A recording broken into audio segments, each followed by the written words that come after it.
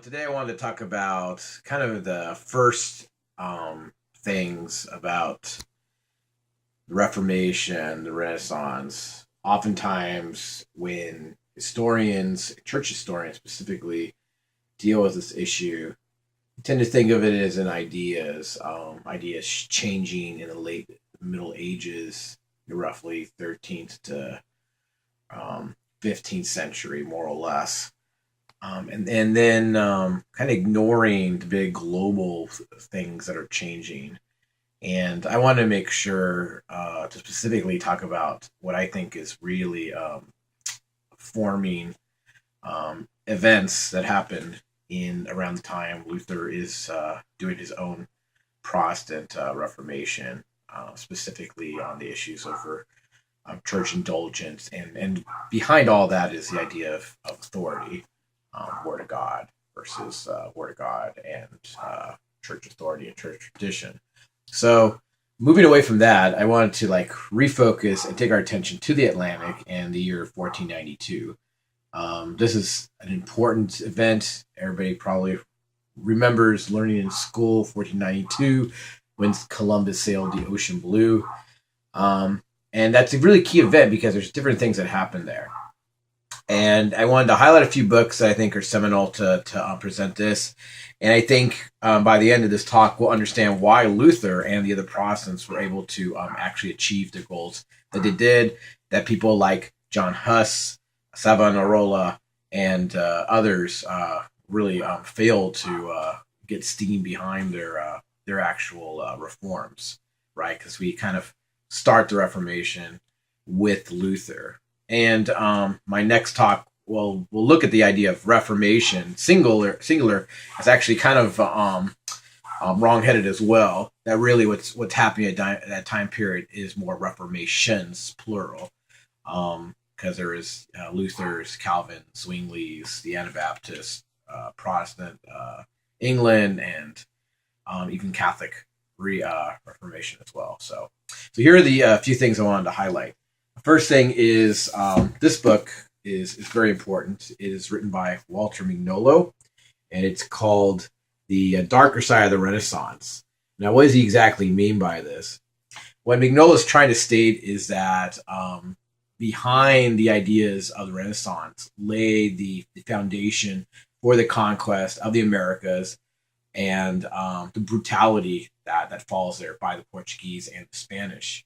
And that's actually one of the things I'm mentioning when historians oftentimes look at the Reformation, very much based in Germany, in England, and France because of all the changes that happened in the 18th century with the Enlightenment, kind of prototypical reforms moving towards the Enlightenment. At least that's how the reading is.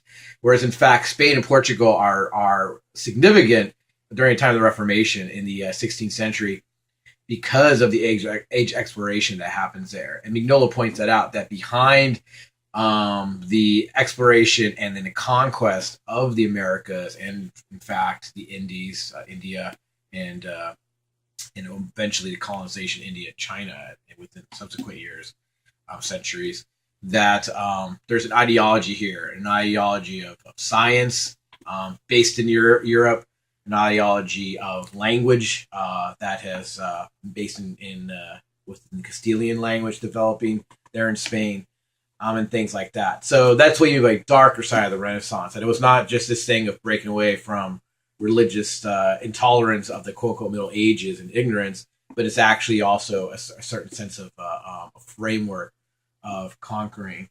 The next book I want to point out is this one, and I use this when I teach just general history classes. It's called The Ornament of the World, and it's written by Maria Rosa Menechal, and it's basically describing that world, medieval world of Spain, that's there during the Middle Ages. And in fact, the Muslim name for it was Al-Andalus.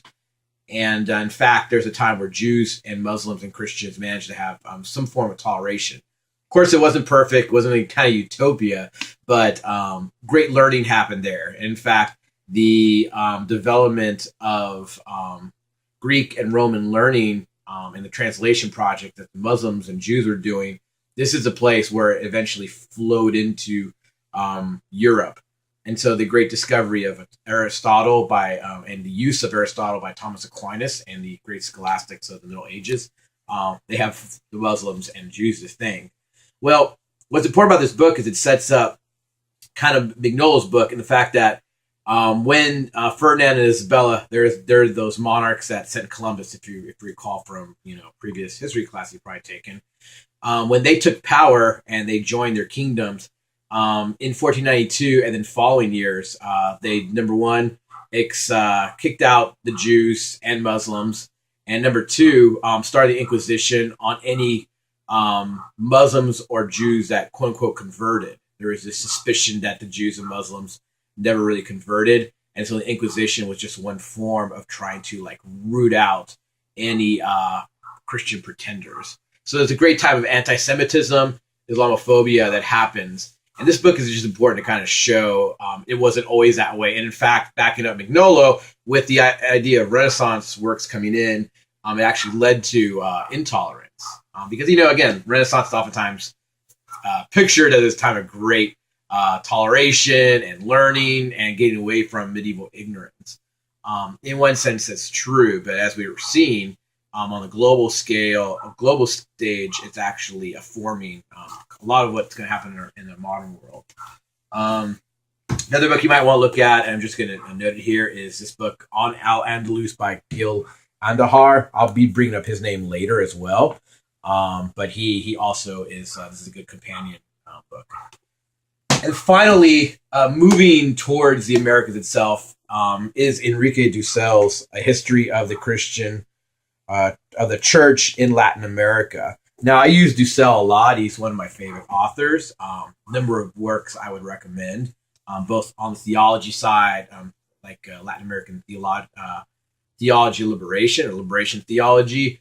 But he's also got a good, keen historical mind. This is one of his historical works where he looks at the way the church has related since 1492 in Latin America, and the way Europeans have kind of, when they wrote their own histories, have kind of treated Latin America and the global South, that's including Africa, the African continent, as kind of like invisible world agents, people without histories.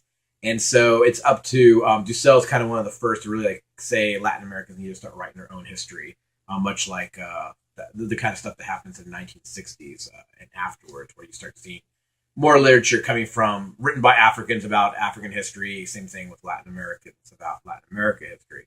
So I mentioned this book because it just really shifts gears and tries to look at what's going on in the Americas from the vantage point of the Americas, not from a Eurocentric view. So this is crucial. Because as what Dussels' point is, modernity is formed by, again, 1492. Modernity, the modern project, and modern theology is formed. And building up on Mignolo and these other works is two things. And this is how it relates to Luther. So you get the attention towards now the Atlantic, where Spain and Portugal are moving towards the Americas and conquering. Eventually, it's going to move to the Pacific, where Spain's going to conquer Mexico with the conquistadors and etc. And we'll be pulling a little bit of that in a lecture on Catholic Reformation, because it becomes a big issue between Catholics what to do with the indigenous, since they got there first. But the other thing is that this Islamophobia happening back in Spain, where the Muslims, where they had these great centers of culture, are being kicked out. And most of the Jews and Muslims kicked out of Spain are going into the Ottoman Empire, which is fresh and new and on the border of Europe. And that's a key point. One of the reasons why Luther's Reformation is successful is primarily because the Muslims, the Ottoman Turks, are on the border of Austria. And so even those Catholics, like the Holy Roman Emperor Charles V, who want to eradicate Lutheranism and the growing threat of Protestantism across Europe, he has to make concessions because he needs Christendom or his Lutheran subjects to be able to back him up in a war against the Muslims on the border of Europe. So if there isn't this congestion of Turks on the border, the emperor and the Catholics would probably have tried to eradicate Protestantism in the first place. But since Catholic thinking has shifted gears and is so concerned with what's going on in the Americas, so concerned with what's going on in India with Portugal's sending route there, and then concerned with Islam at its border, the Reformation's able to kind of get its own legs, and especially in the Germanic states with Luther, be able to survive. As you also notice in some of my notes, the other thing why Luther's successful is that many of the Germanic people are just kind of tired of the wealth and corruption that's been seen in the papacy for a century or two, and so it's kind of breaking away. And a lot of that's going to also do with Henry VIII, King Henry VIII, his reforms. So a lot of stuff behind. I mean, so kind of the key word behind all these shifts and changes that make up what some call the modern world is power. It's these little power relations that are working out. The Spanish, Portuguese, the Americas, the Ottomans on the border, and the necessity to kind of hold them there.